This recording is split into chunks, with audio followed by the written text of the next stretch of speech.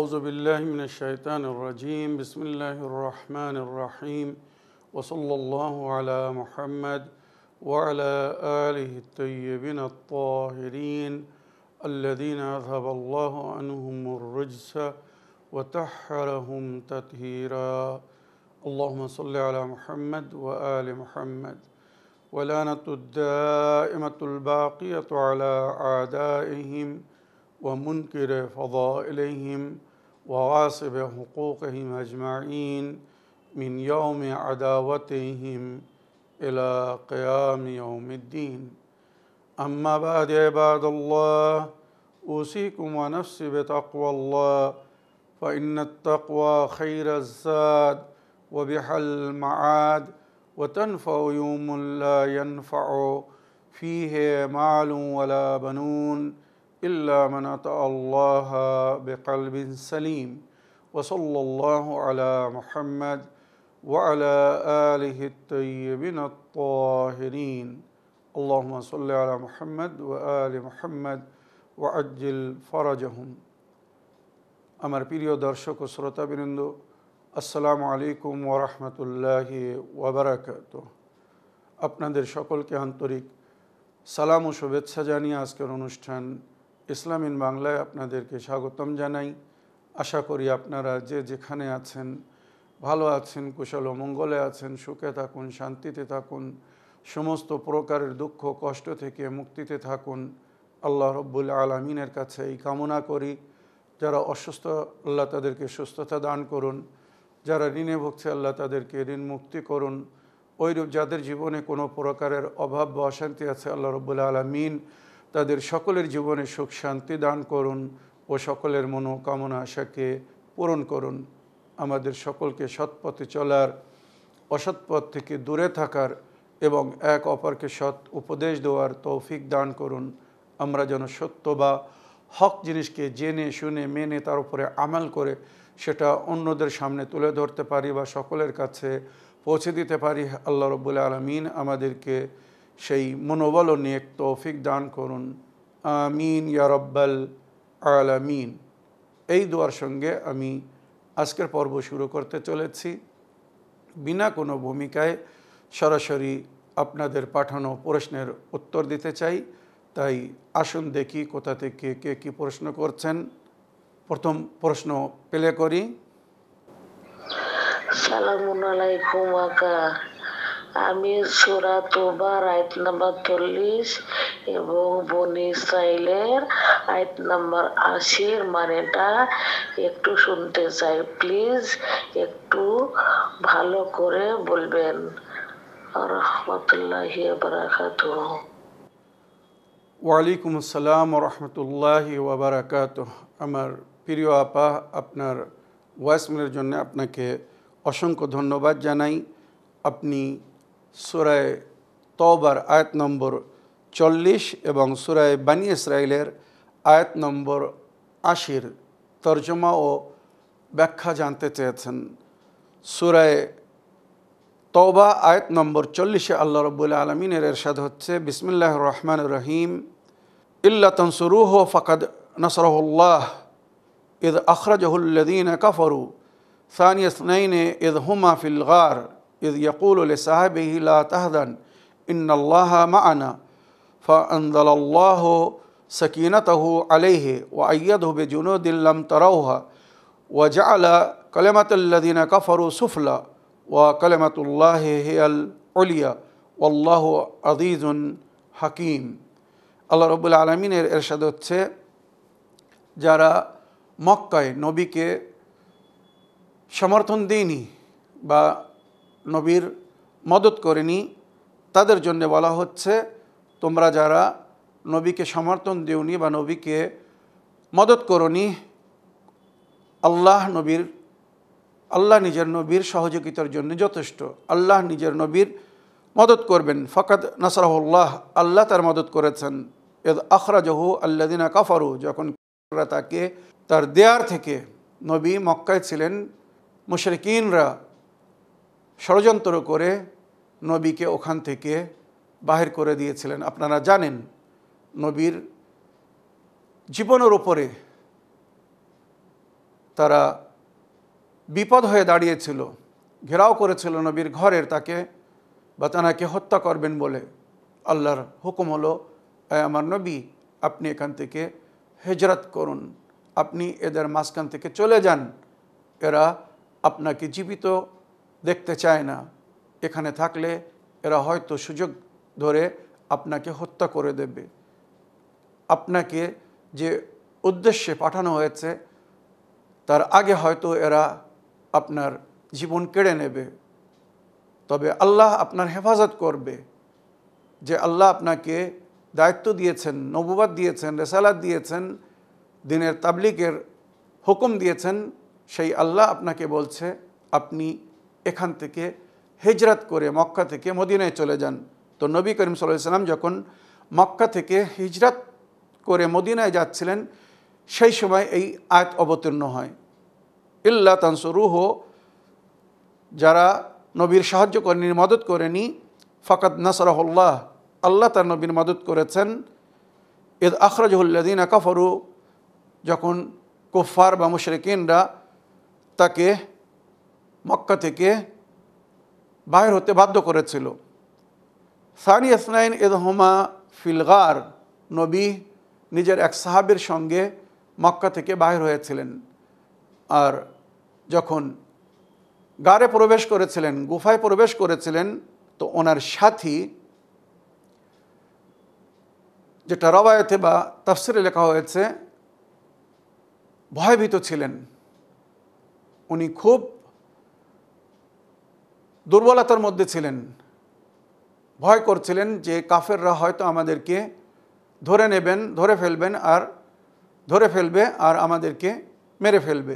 সুতরাং নবী যখন তাকে নিয়ে আল্লাহর হুকুমে গারে প্রবেশ করলেন, আপনারা শুনেছেন হিজরতের ঘটনায়, সঙ্গে সঙ্গে ওই গুফার মুখে মাকড়সা জ্বালা তৈরি করে দিল, আর কবুতর এসে তার উপরে বাসা বেঁধে ডিম পাড়ল, যাতে মুশরিকিন মক্কা বা কাফেররা যারা ফলো করছিল, পেছনে আসছিল, তারা যেন কোনো প্রকারের ইশারা বা সংকেত না পায় যে নবী এই গুফার মধ্যে প্রবেশ করেছেন, নবী এই গুফার মধ্যে আশ্রয় নিয়েছেন। ভালো করে মন দিয়ে শুনবেন, যেটা ইতিহাসে বা তাফসিরে লেখা হয়েছে।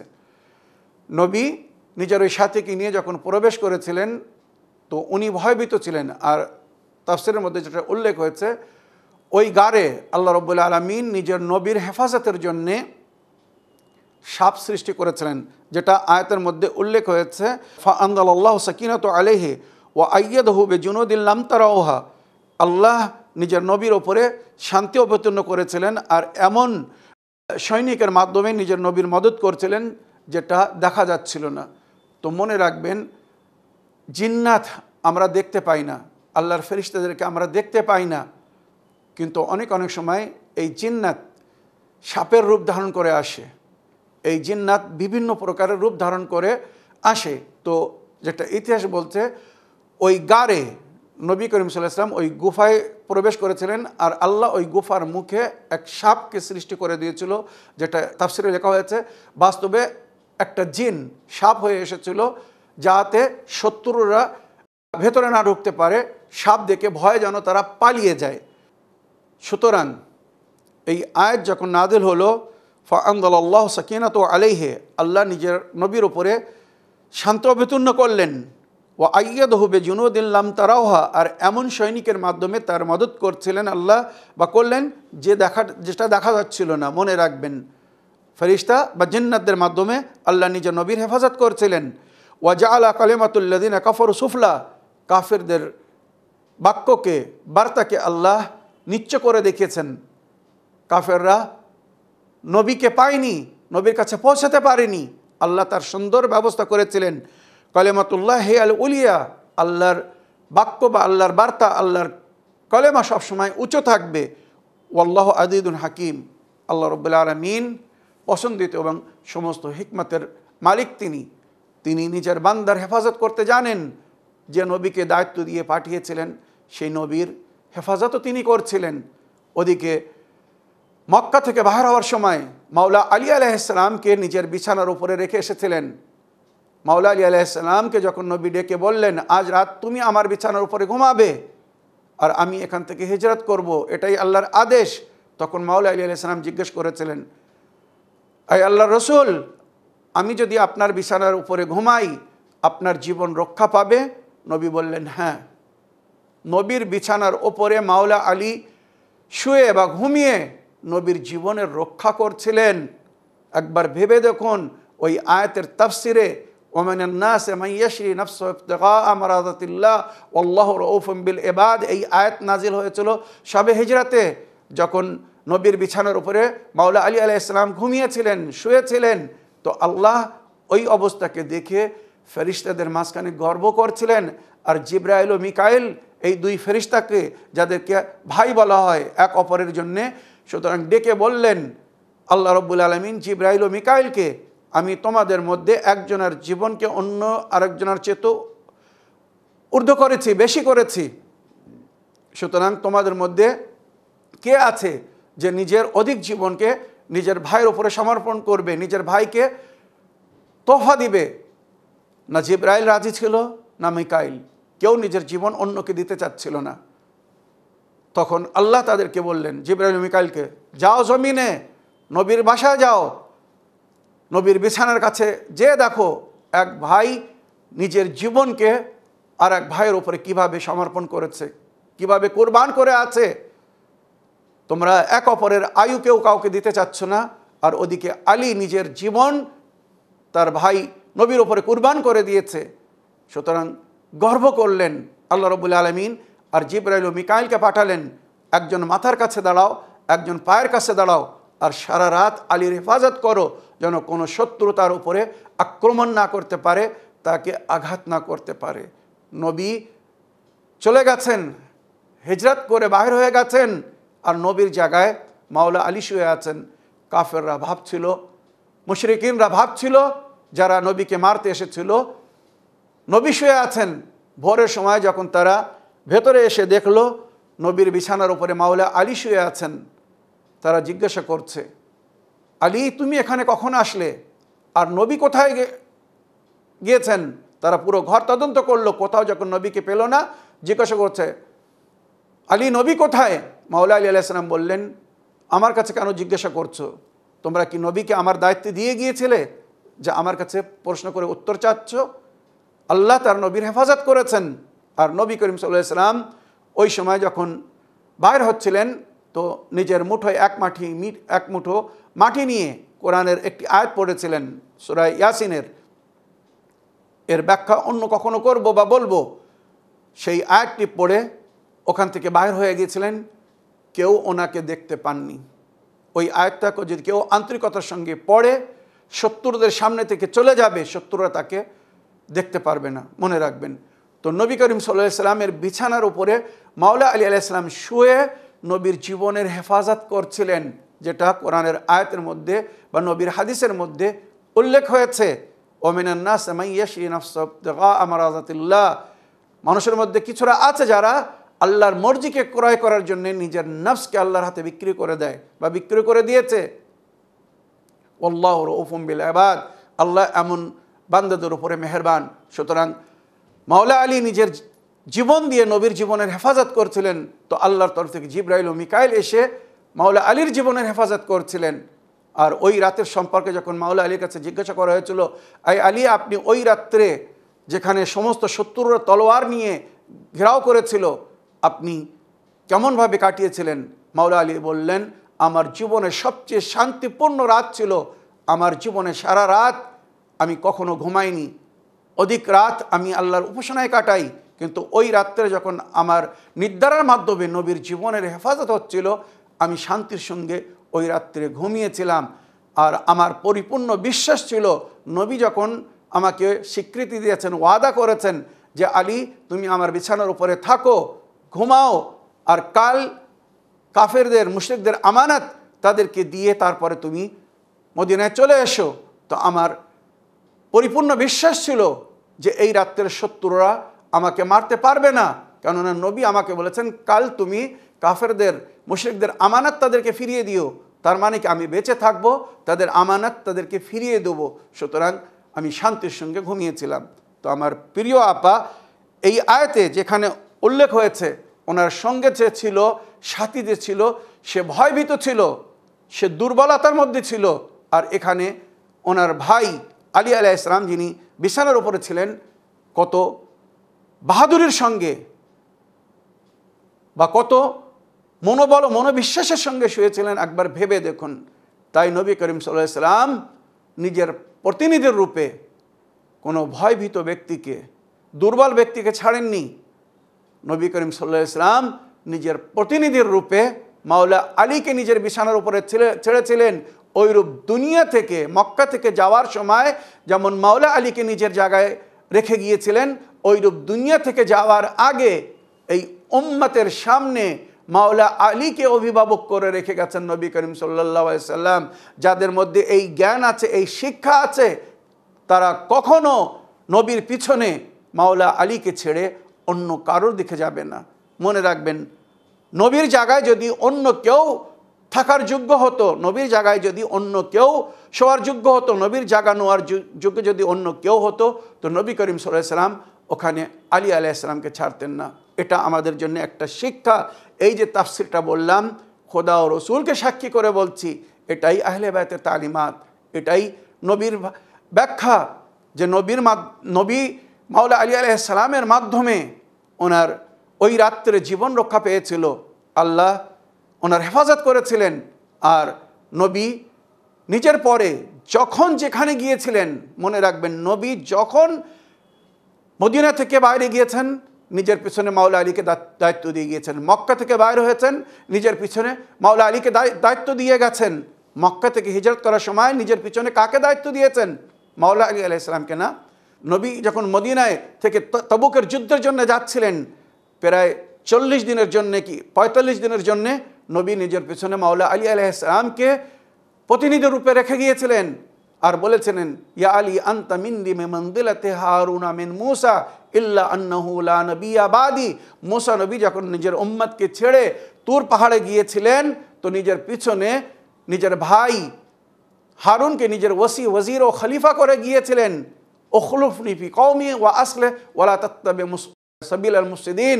কোরআনের আয়াত বলছে, জনাবে মূসা নবী নিজের ভাই হারুনকে বলেছিলেন, উখলুফনি ফি কওমি, আমার কওমে তুমি আমার খলিফা হয়ে থাকো, আমার পিছনে আমার উত্তরাধিকারী, আমার তরফ থেকে আমি তোমাকে সমস্ত দায়িত্ব সমর্পণ করে যাচ্ছি। উখলুফনি ফি কওমি ওয়া আসলিহ, আমার কওমের তুমি ইসলাহ করো, সংশোধন করো। তারা যদি ভুল করে, তাদের ভুল ভাঙার দায়িত্ব তোমার, তাদের ভুল সংশোধন করার দায়িত্ব তোমার। উখলুফনি ওয়া আসলিহ ওয়ালা তাত্তাবি সাবিলাল মুফসিদিন, যারা জমিনের উপরে ফাসাদ করবে, খবরদার তাদের যেন অনুসারী হয় না, তাদেরকে যেন অনুসরণ করো না। ওয়ালা তাত্তাবি সাবিলাল মুফসিদিন। ওইরূপ মাওলা আলী আলাইহিস সালামকে নবী বলে যাচ্ছেন, আয় আলী, আমার পরে এই মদিনার দায়িত্ব আমি তোমাকে দিয়ে যাচ্ছি, আমার পিছনে আমার উম্মতের সমস্ত দায়িত্ব তোমাকে সমর্পণ করে যাচ্ছি, তুমি তাদের খেয়াল করো, তাদের প্রয়োজনকে পুরো করো। মনে রাখবেন, তো নবী করিম সাল্লাল্লাহু আলাইহি ওয়াসাল্লাম মক্কা থেকে যখন বাহির হয়েছিলেন, তখনও নিজের পিছনে মাওলা আলীকে দায়িত্ব দিয়ে এসেছিলেন। মদিনা থেকে বাইরে যাচ্ছেন, তাও মাওলা আলী আলাইহিস সালামকে দায়িত্ব দিয়ে যাচ্ছেন। ওইরূপ যখন দুনিয়া থেকে বাইরে যাচ্ছেন, মানে পরকালের দিকে যাচ্ছেন, তো নিজের উম্মতকে এইভাবে ছেড়ে যাননি, নিজের জীবনে মাওলা আলী আলাইহিস সালামকে সেই দায়িত্ব সমর্পণ করেছিলেন। এই বলে, মান কুনতু মাওলাহ ফাহাদা আলীউন মাওলা, আজ পর্যন্ত আমি তোমাদের মধ্যে যাদের মাওলা ছিলাম, আজ থেকে এই আলী তার মাওলা। আমি যাদের অভিভাবক ছিলাম, আমাকে যারা নিজের জান মালের মালিক মনে করত, যারা আমাকে ফলো করছিল বা ফলো করছো, মনে রেখো আমার পিছনে আমি আমার সমস্ত দায়িত্ব আলীকে সমর্পণ করে যাচ্ছি। আমার পরে যদি তোমরা আমার সুন্নতের উপরে চলতে চাও, আমার মতো জীবনযাপন করতে চাও, আমার মতো মৃত্যুবরণ করতে চাও, আর ওই জান্নাতে প্রবেশ করতে চাও যে জান্নাতকে প্রতিপালক তোমাদের জন্য সাজিয়েছে, তো আলীকে অভিভাবক বলে মেনে, আলীকে গ্রহণ করে আলীর কথা মতো চলো। এটা কিন্তু নবীর হাদিস। আহলে সুন্নাত ভাইদের বই হিলিয়াতুল আউলিয়া খণ্ড নম্বর 1 পৃষ্ঠার ওপর 86 ওপরে লেখা আছে, একবার দেখুন। আর মাওলা আলীর পরে মাওলা আলী আলাইহিস সালামের মাসুম সন্তানদেরকে ফলো করতে বলেছেন।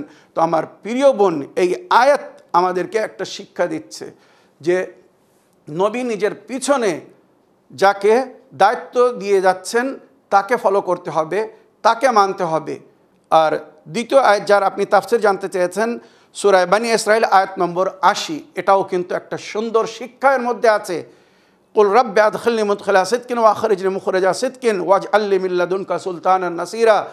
ইতিহাস বলছে, তাফসির বলছে, নবী করিম সাল্লাল্লাহু আলাইহি ওয়াসাল্লাম মক্কা থেকে হিজরত করে যখন মদিনায় পৌঁছেছিলেন বা মদিনায় যাচ্ছিলেন, উনি সেই সময় আল্লাহর কাছে মদত চেয়েছিলেন। এই আয়াতটির দুভাবে তাফসির করা হয়েছে। এক, নবী যখন হিজরত করে মক্কা থেকে মদিনায় প্রবেশ করছিলেন, নতুন শহরে নতুন জায়গায়, তখন উনি আল্লাহর কাছে দোয়া করেছিলেন, আল্লাহ আমাকে সম্মানের সঙ্গে এই শহরে, এই নতুন জায়গায় প্রবেশ করান। কুল রাব্বি আদখিলনি মুদখিলা সিদকিন ওয়া আখরিজনি মুখরিজা সিদকিন, সম্মানের সঙ্গে যেন আমি এখান থেকে বাইর হতে পারি, আমার সম্মানকে বজায় রাখবেন। ওয়াজআল লি মিন লাদুনকা সুলতানান নাসিরা। আর যে উদ্দেশ্যে নিয়ে আমি যাচ্ছি মক্কা ছেড়ে মদিনায়, আল্লাহ এই উদ্দেশ্যকে পুরো করার জন্যে আমাকে চিরস্থায়ী মদতগারের প্রয়োজন আছে। সমস্ত কাজে যে আমার সহযোগিতা করবে, মদত করবে, আমার কাজে, আমার মিশনে যে আমাকে সহযোগিতা করবে, এমন এক মদতগার আমাকে দান করুন দিন। তো এখানে তাফসিরে লেখা হয়েছে আল্লাহর তরফ থেকে মাওলা আলীর রূপে। কোরআনের দ্বিতীয় আয়াতে এখানে এইভাবে উল্লেখ হয়েছে, ওয়া আযরুহ, নবীর কুওয়াতে বাজু হও, নবীর মদত করো। তো নবী বলেছেন বা কোরআনের তাফসিরে লেখা হয়েছে মাওলা আলী আলাইহিস সালাম ছিলেন যিনি ছায়ার মতো। মনে রাখবেন, আরবি শব্দ মদতগার মানে নাসির, নাসির মানে মদতগার, যে একবার মদত করেছে তাকে নাসির বলা হয়। আর নাসির ওই মদতগারকে বলা হয় যে সব সময় মদত করতে থাকে। দাইমি মদতগারকে আরবি ভাষায়, কোরআনের ভাষায় নাসির বলা হয়েছে। আমি এটা অস্বীকার করছি না যে অন্য কেউ নবীর মদত করেনি, অনেকেই মদত করেছে, কিন্তু সুলতান আর নাসিরা কেউ ছিল না কিন্তু যে চিরস্থায়ী মদতগার, সব সময় নবীর সঙ্গে ছায়ার মতো যিনি ছিলেন, তিনি ছিলেন মাওলা আলী আলাইহিস সালাম। শুধু একমাত্র মাওলা আলী সমস্ত পরিস্থিতিতে, সমস্ত অবস্থায় নবীর মদত করেছিলেন। ওহদের যুদ্ধের ময়দানে যেখানে অন্যরা সাহাবীরা ছেড়ে পালিয়ে গিয়েছিল, ওখানে মাওলা আলী আলাইহিস সালাম নবীর সঙ্গে ছিলেন, নবীর হেফাজত করেছিলেন। তো সুলতান নাসিরার রূপে মাওলা আলী আলাইহিস সালামকে দেওয়া হয়েছিল। আর দ্বিতীয় ব্যাখ্যা তাফসির এই আয়াতের লেখা হয়েছে, নবী করিম সাল্লাল্লাহু আলাইহি সাল্লাম যখন ফতে মক্কার রূপে মদিনা থেকে মক্কায় প্রবেশ করেছিলেন, পুনরায় ফতে মক্কার সময় এই আয়াত নাজিল হয়। আর নবী করিম সাল্লাল্লাহু আলাইহি সাল্লাম মক্কায় প্রবেশ করার সময় এই আয়াত পড়ছিলেন এবং দোয়া করছিলেন, আল্লাহর কাছে মদত চাচ্ছিলেন, আল্লাহ আমি পুনরায় মক্কায় প্রবেশ করছি, জানি না কাফেররা বা মুশরিকিনরা আমাকে কিভাবে স্বীকার করবে, মানবে কি মানবে না, হয়তো আমার উপরে আক্রমণ করবে। আল্লাহ আপনার তরফ থেকে আমাকে এক মদতগার দিন, যে আমার সঙ্গী হয়ে, সাথী হয়ে চিরস্থায়ী রূপে আমার মদত করতে থাকবে। মনে রাখবেন, মক্কায় প্রবেশের সময়ও সেই সময় যিনি নবীর সঙ্গে ছিলেন ছায়ার মতো, তিনি ছিলেন মাওলা আলী। আর পবিত্র কাবা ঘরকে যখন উনি মক্কায় ফতে মক্কার পরে মক্কায় প্রবেশ করে, পবিত্র কাবা ঘরে প্রবেশ করে যখন কাবা ঘরকে পরিষ্কার করছিলেন, তাফসির পড়ুন, অনেকবার বলেছি, আল্লাহর শত্রুরা কাবার ঘরের মধ্যে ছিল, তাদের উপাসনা হতো। নবী নিজের কাঁধের ওপরে মাওলা আলীকে সওয়ার করিয়ে মোহরে নবুয়তের ওপরে কদম রেখে মাওলা আলী আলাইহিস সালাম আল্লাহর ঘরকে আল্লাহর শত্রু থেকে পাক করেছিলেন। আর যখন মাওলা আলী আলাইহিস সালাম নবীর কাঁধের উপরে দাঁড়িয়ে পবিত্র কাবা ঘরকে পরিষ্কার করছিলেন, কিছু শব্দ এখানে ব্যবহার করছেন, তার কারণ আছে। আপনারা জানেন মাওলা আলী আলাইহিস সালাম কি পরিষ্কার করছিলেন, কাবা ঘর থেকে কি সরাচ্ছিলেন। তো যখন মাওলা আলী আলাইহিস সালাম নবীর কাঁধের ওপরে দাঁড়িয়ে মোহরে নবুয়তের ওপরে কদম রেখে যখন কাবা ঘরকে পরিষ্কার করছিলেন, পাক করছিলেন, তখন নবী করিম সাল্লাল্লাহু আলাইহি ওয়াসাল্লাম বারবার এই আয়াত পড়ছিলেন, কুল জা আল হক ওয়া যাহিকাল বাতিল ইন্নাল বাতিলা কানা যাহুকা, যেটা এর পরেই জিকির হয়েছে। নবী বলে দিন, হক এসে গেছে, বাতিলকে এবার যেতে হবে, বাতিলকে তো একদিন যেতেই হতো। তো মনে রাখবেন, এই সুলতান আর নাসিরা যে এই আয়াতের মধ্যে উল্লেখ হয়েছে, এটা মাওলা আলীর সম্পর্কে। মাওলা আলীর রূপে নবীকে মদতগার দেওয়া হয়েছিল। উনি বাল্যকাল থেকেই নবীর সঙ্গে সব সময় থাকতেন, আর সমস্ত পরিস্থিতিতে, সমস্ত অবস্থায় উনি নবীর মদত করেছিলেন বা করতেন। আর নবীও নিজের সমস্ত কাজে মাওলা আলী আলাইহিস সালামকে নিজের পিছনে দায়িত্ব দিয়েছিলেন বা দায়িত্ব দিতেন। এটা প্রমাণ নবীর উম্মতের জন্যে যে নবী করিম সাল্লাল্লাহু আলাইহি ওয়াসাল্লাম যখন এই দুনিয়া থেকে যাচ্ছিলেন, তখন অন্য কাউকে দায়িত্ব দিয়ে যাননি।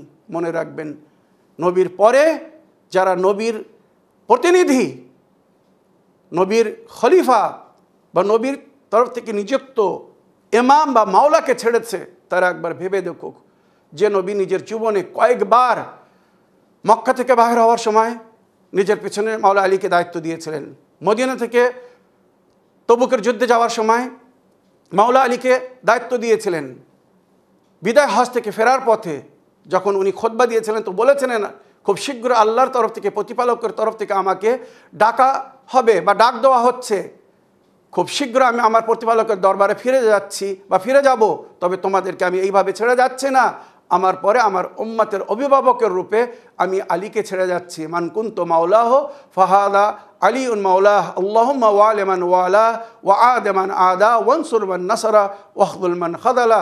আল্লাহ যে আলীকে ভালোবাসবে আল্লাহ তুমি তাকে ভালোবেসো, যে আলীর সঙ্গে শত্রুতা করবে আল্লাহ তুমি তার সঙ্গে শত্রুতা করো, যে আলীর মদত করবে আল্লাহ তুমি তার মদত করো, আর যে আলীকে লজ্জিত করার চেষ্টা করবে আল্লাহ তুমি তাকে লজ্জিত করো। এই সমস্ত রওয়ায়েত, নবীর দুয়া, হাদিস প্রমাণিত। যারা আলীর সঙ্গে তারা সম্মানের সঙ্গে জীবনযাপন করছে, আর যারা আলীর সঙ্গে শত্রুতা করেছিল বা করেছে বা আজও করছে তারা দুনিয়ার নজরে লজ্জিত, আল্লাহর নজরেও লজ্জিত, আজ তুচ্ছ নজরে তাদেরকে দেখা হচ্ছে। আশা করি আমার প্রিয় আপা কোরআনের 2 আয়াতের তাফসির যেভাবে করলাম হাদিসের মাধ্যমে, আশা করি এর থেকে আমার দর্শকবৃন্দরা শিক্ষা লাভ করেছেন বা শিক্ষা লাভ করবেন। আসুন আগের অডিও প্লে করি, দেখি কোথা থেকে কে কী প্রশ্ন করছেন। আসসালামু আলাইকুম হুজুর, পূর্ব বর্ধমান থেকে বলছি। আমার নাম খায়রুন্নিসা।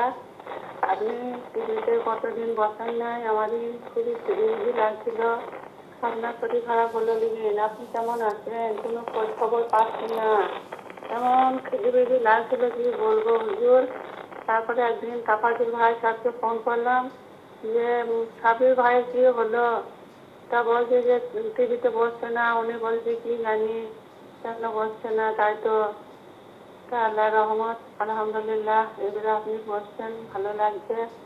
আপনি ভালো থাকুন, সুস্থ থাকুন, আল্লাহ রব্বুল আলামিন আপনাকে এই সংবিধান চালানোর তৌফিক দান করুক, হেদায়েত করুক। ভাইজান, আমি একটি প্রশ্ন রাখছি, একটু তাড়াতাড়ি উত্তরটা দিবেন। আমার বড় মেয়ে খুবই শরীর খারাপ, তা বড় মেয়ে আমার কোনোদিন শান্তি পাচ্ছে না ভাইজান। তো আমার বড় মেয়ের বাড়িতে কি একটা পাশের বাড়ি থেকে আওয়াজ করছে, বাড়িতে ভয়ে থাকা যাচ্ছে না। আমার জামাই, আমার নাতি, ছোট ছেলে সেই বাইরে রোজগারে গিয়েছে, বাড়িতে কেউ নাই। একটা 13 বছরের মেয়ে আছে আমার মেয়ের, আর আমার মেয়ে আছে। আমি যাচ্ছি, আসা জোয়া নিয়ে জোয়া করছি, এখন আমার বাড়িতে নিয়েছি আমার মেয়েটাকে। আমার মেয়ের শরীর খারাপ, ভালো হচ্ছে না একদম। তা ওই যে কি রাখাচ্ছে কি ওইটা হচ্ছে, আপনি যদি একটু দেখে বলতেন তা খুব উপকৃত হতাম। এই উত্তরটা যদি একটু তাড়াতাড়ি বলতেন এই প্রশ্নর, তা কিছু ব্যবস্থা করলে পড়তাম। একটু বলবেন ভাইজান। আপনি টিভিতে বসছিলেন না, খুব খিদমিদি লাগছিল ভাইজান। এর ভেতরে যদি কোনো ভুল ত্রুটি বলে থাকি মাফ করবেন ভাইজান। রজব মাসটা বলবেন না, এত খিদমিদি লাগছে। ওয়ালাইকুম আসসালাম রহমতুল্লাহ ওবরাকাত। আমার প্রিয় বোন, আপনার ভয়েসমেলের জন্য বা ফোন করার জন্য আপনাকে অনেক অনেক ধন্যবাদ জানাই। আলহামদুলিল্লাহ, শুকরিল্লাহ, আল্লাহ রাব্বুল আলামিন আমাকে পুনরায় তৌফিক দান করেছেন। আমি পুনরায় আপনাদের সেবা বা খেদমত করতে আসতে পেরেছি। নেকির পথে শয়তান বাধা সৃষ্টি করে। আল্লাহ শয়তানের আঘাত থেকে আমাদের সকলকে মুক্তি দান করুন। আশা করি আপনাদের দুয়ায় যখন পুনরায় ফিরে এসেছি, আল্লাহ আমাকে নেক তৌফিক দান করেছেন। তো এই অনুষ্ঠান, এই প্রোগ্রাম এইভাবে চলতে থাকবে। আপনাদের কাছে অনুরোধ, আপনারা দুয়ায় স্মরণে রাখবেন এবং নিজেদের মতামত ও প্রশ্নের মাধ্যমে আমাদের উভয় অনুষ্ঠানকে ইসলামিল বাংলা এবং মাসাইল জিন্দিগি বাংলাকে সমর্থন করবেন। আর দোয়া করবেন যেন শত্রুর কুনজর না লাগে, পুনরায় যেন কোনো প্রকারের বাধা বিঘ্নের সৃষ্টি না হয়। আমার প্রিয় বোন, আপনার কন্যার যে সমস্যাটা বললেন, তার প্রতিবেশী বা পাশের বাড়ি থেকে কিছু আওয়াজ আসছে, তার কারণে সেখানে সে শান্তির সঙ্গে বসবাস করতে পারছে না। তো আগে তো আমি বলবো তাদের সঙ্গে সরাসরি কথা বলুন। যেভাবে তারা ডিস্টার্ব করছে তাদেরকে বলুন। তাদের মধ্যে যদি মানবতা থাকে আশা করি তারা শুনবে। যদি তারা না শুনে তখন আপনারা লিগ্যাল প্রসেসের মাধ্যমে অ্যাডমিনিস্ট্রেশন থানা বা পুলিশ চৌকিতে গিয়ে তাদের বিরুদ্ধে নালিশ করুন যে আমরা বারবার বলছি কিন্তু তারা শুনছে না, ডিস্টার্ব করছে, কষ্ট দিচ্ছে। মনে রাখবেন এটা লিগ্যাল প্রসেস বলে দিলাম। আর তাছাড়া রুহানি ট্রিটমেন্ট বা ইলাজ রূপে সূরা বাকারার আয়াত নম্বর 18 এবং আয়াত নম্বর 171 এই দুটি আয়াত পড়ে তাদের দিকে ফু দিয়ে দেবেন। তাদের মুখ বন্ধ হয়ে যাবে বা তারা যেভাবে ক্ষতি করছে, আঘাত করছে, টর্চার করছে আশা করি তার থেকে মুক্তি পাবেন। সুম্মন বুকমন উমিউন ফাহুমলা ইয়ারজিউন সূরা বাকারা আয়াত নম্বর 18। আর ওয়া মাসালুল্লাযিনা কাফারু কামাসালিল্লাযী ইয়ানআকু বিমা লা ইয়াসমা ইল্লা দুআ ওয়া নিদা সুম্মন বুকমন উমিউন ফাহুমলা ইয়াকিলুন। এই দুটি আয়াত পড়ে যদি তাদের উপরে দম করে দেন, ফু দিয়ে দেন, তাদের মুখ বন্ধ হয়ে যাবে বা তারা যেভাবে আঘাত করছে, কষ্ট দিচ্ছে, ওই আঘাত ও কষ্ট থেকে আপনি বা আপনার পরিবার মানে আপনার মেয়ে বা মেয়ের পরিবার ইনশাআল্লাহ মুক্তি পাবে। আর তাছাড়া আপনার মেয়েকে এই যে দোয়াটি বলছি হিরস, এটা যেটা জিবরাইলের মাধ্যমে জিবরাইল এসে নবী করিম সাল্লাল্লাহু আলাইহি ওয়াসাল্লামকে দিয়েছিলেন। শত্রুরা নবীকে কষ্ট দিত, আঘাত করত, আক্রমণ করতো, আপনারা জানেন। তো জিবরাইল আমিন একসময় নবী করিম সাল্লাল্লাহু আলাইহি ওয়াসাল্লামের কাছে এসে বলছেন আপনি অসুস্থ হয়ে আছেন কেন? তো নবী পুরো ঘটনা বললেন। তখন জিবরাইল আমিন এই দুয়ার তালিম দিলেন, এই হিরস দিলেন। বিসমিল্লাহ আরকিকা মিন কুল্লি শাইইন ইউজিকা মিন শাররি কুল্লি নাফসিন আও আইনিন হাসিদিন আও আইনি হাসিদিন আল্লাহু ইয়াশফিক বিসমিল্লাহ আরকিক। এটা যদি পড়ে আপনার মেয়ের ওপরে দম করা হয় বা ওনার কাছে যদি থাকে তো উনি যে অসুস্থতা অনুভব করছেন তার থেকে ইনশাআল্লাহ মুক্তি পাবেন। আর শত্রুর আঘাত থেকে মানুষ হোক বা জিন্ন ইনসান যেই হোক না কেন তাদের শত্রুর আঘাত থেকে উনি মুক্তি পাবেন এবং উনি শেফা পাবেন। তো এই যে দুটি জিনিস বললাম, কোরআনের আয়াত বা এই যে জিবরাইল আমিনের দোয়া, এই দুটো জিনিসকে যদি ব্যবহার করা হয় ইনশাআল্লাহ আশা করি আপনার কন্যা বা মেয়ে জামাই বা আপনার নাতিপুতি সবাই ওখানে শান্তির সঙ্গে জীবনযাপন করতে পারবে, বসবাস করতে পারবে। আশা করি আপনার প্রশ্নের আপনি উত্তর পেয়েছেন। এবারে একটা লিখিত চিঠি পড়ি। সালামুন আলাইকুম মাওলানা সাহেব, আমি অসুস্থতার কারণে রোজা রাখতে পারছি না, আমাকে কি করতে হবে দয়া করে জানাবেন। আমি আবুল খায়ের বলছি পশ্চিম বাঙ্গাল থেকে। ওয়ালাইকুম আসসালাম রহমতুল্লাহি ওয়া বারাকাতুহু। আবুল খায়ের সাহেব, আপনার চিঠি লেখার জন্যে আপনাকে অসংখ্য ধন্যবাদ জানাই। আপনার মতো অনেকেই আছেন যারা অসুস্থতার কারণে রোজা রাখতে পারে না, সারা বছর অসুস্থ থাকে। অনেকের সুগার অনেক বেশি বলে তারা পিপাসা সহ্য করতে পারে না, ক্ষুধায় থাকলে সুগার আরও বেড়ে যায়, বা অনেক প্রকারের এখন রোগ আছে যে অবস্থায় বা যে রোগের কারণে ডাক্তাররা তাদেরকে বারবার পানাহার করতে বলছে, প্রতি ঘন্টায় ঘন্টায় পানি পান করতে বলে, যেই খিদে লাগবে সঙ্গে সঙ্গে কিছু খেতে হবে, নইলে মাথা ঘুরবে, চক্কর আসবে, অসুবিধা হতে পারে। তো বা অনেকে আছে গ্যাসের রোগে ভুগছে, তারা রোজা রাখতে পারে না। তো তাদের জন্য শরিয়াতে অনুমতি দেওয়া হয়েছে, মনে রাখবেন না। তবে আমার ভাই, ওই সমস্ত ব্যক্তিদেরকে যাদেরকে রমজানের রোজা থেকে ক্ষমা দেওয়া হয়েছে, মাফ করা হয়েছে, অসুস্থ ব্যক্তি যেমন আপনি বললেন, অসুস্থ ব্যক্তির উপরে রোজা মাফ। মুসাফির যে সফরে আছে সে রোজা রাখতে পারবে না। হ্যাঁ, সফর যদি তার পেশা হয়, যেমন ড্রাইভাররা সারাদিন গাড়ি চালায়, তাদের কর্ম পেশা সফর, তো ওরা রোজা রাখবে। কিন্তু মাঝে মধ্যে যারা সফরে যায় প্রয়োজন হিসেবে, তো কেউ যদি মুসাফির হয় তো সে রোজা রাখতে পারবে না। কোন মুসাফির রোজা রাখতে পারবে এ বিষয়ে আমি বিস্তারিত আলোচনা করব। বহুত জাইফ ও জাইফা, যারা অনেক বৃদ্ধ হয়ে গেছে, বুড়ো বা বুড়ি, বয়স্ক নারী বা পুরুষ, মনে করুন 70+, 80+, তারা ক্ষুধা বা পিপাসা সহন করতে পারে না, তো তাদেরকে ক্ষমা দেওয়া হয়েছে। হামেলা औरत जिसके हमल को खतरा हो, ওইরূপ গর্ভবতী নারী রোজা রাখলে যদি তার ক্ষতি হয় বা তার বাচ্চা যেটা গর্ভে তার ক্ষতি হয়, তো শরীয়ত তাকে অনুমতি দিয়েছে, সে রোজা রাখতে পারবে না। মনে রাখবেন, নাবালিগ যারা এখনো সাবালক হয়নি, মেয়ের বয়স, নারীর বয়স যতক্ষণ 9 বছর পুরো না হচ্ছে সে রোজা রাখতে পারবে না। ওইরূপ ছেলের বয়স যদি 15 বছর পুরো না হয়, মনে রাখবেন সাবালকের যে সমস্ত নিশানি বলা হয়েছে এ সমস্ত বিষয় তাফসির বা তাফসিলের সঙ্গে আমি আগে বলবো ডিটেলস। তো নাবালিগের উপরে রোজা মাফ। দেওয়ানা মানে যারা মেন্টালি ডিস্টার্ব, মানে কোনো প্রকারের বিবেক বুদ্ধি নেই যাদের মধ্যে, বা সাধারণ ভাষায় আমরা যাদের বলি পাগল, পাগলের উপরে শরীয়ত লাগু না, তাদের উপর রোজা নেই। মদহোশ বা বেহোশ মানে কিছু রোগের কারণে বা কিছু পানাহারের কারণে অনেক সময় মানুষ বেহুশ হয়ে যায়, চোট লাগলে বেহুশ হয়ে যায়, অনেক রোগে মানুষ কমার মধ্যে চলে যায়, তো এদের জন্য রোজা নেই। তো এই সমস্ত যে ব্যক্তিদের যাদের কথা বললাম এদের উপরে রোজা মাপ, তবে এটা কিন্তু টেম্পোরারি, পার্মানেন্ট না। অসুস্থ মানুষ সুস্থ হয়ে গেলে তাকে রোজা রাখতে হবে। মুসাফির ঘরে ফিরে আসলে তাকে রোজা রাখতে হবে। বয়স্ক ব্যক্তি যদি রোজা রাখতে সক্ষম হয়, নারী বা পুরুষ, সে রোজা রাখবে। যদি সক্ষম না হয় তখন তাকে মাফ করা হয়েছে।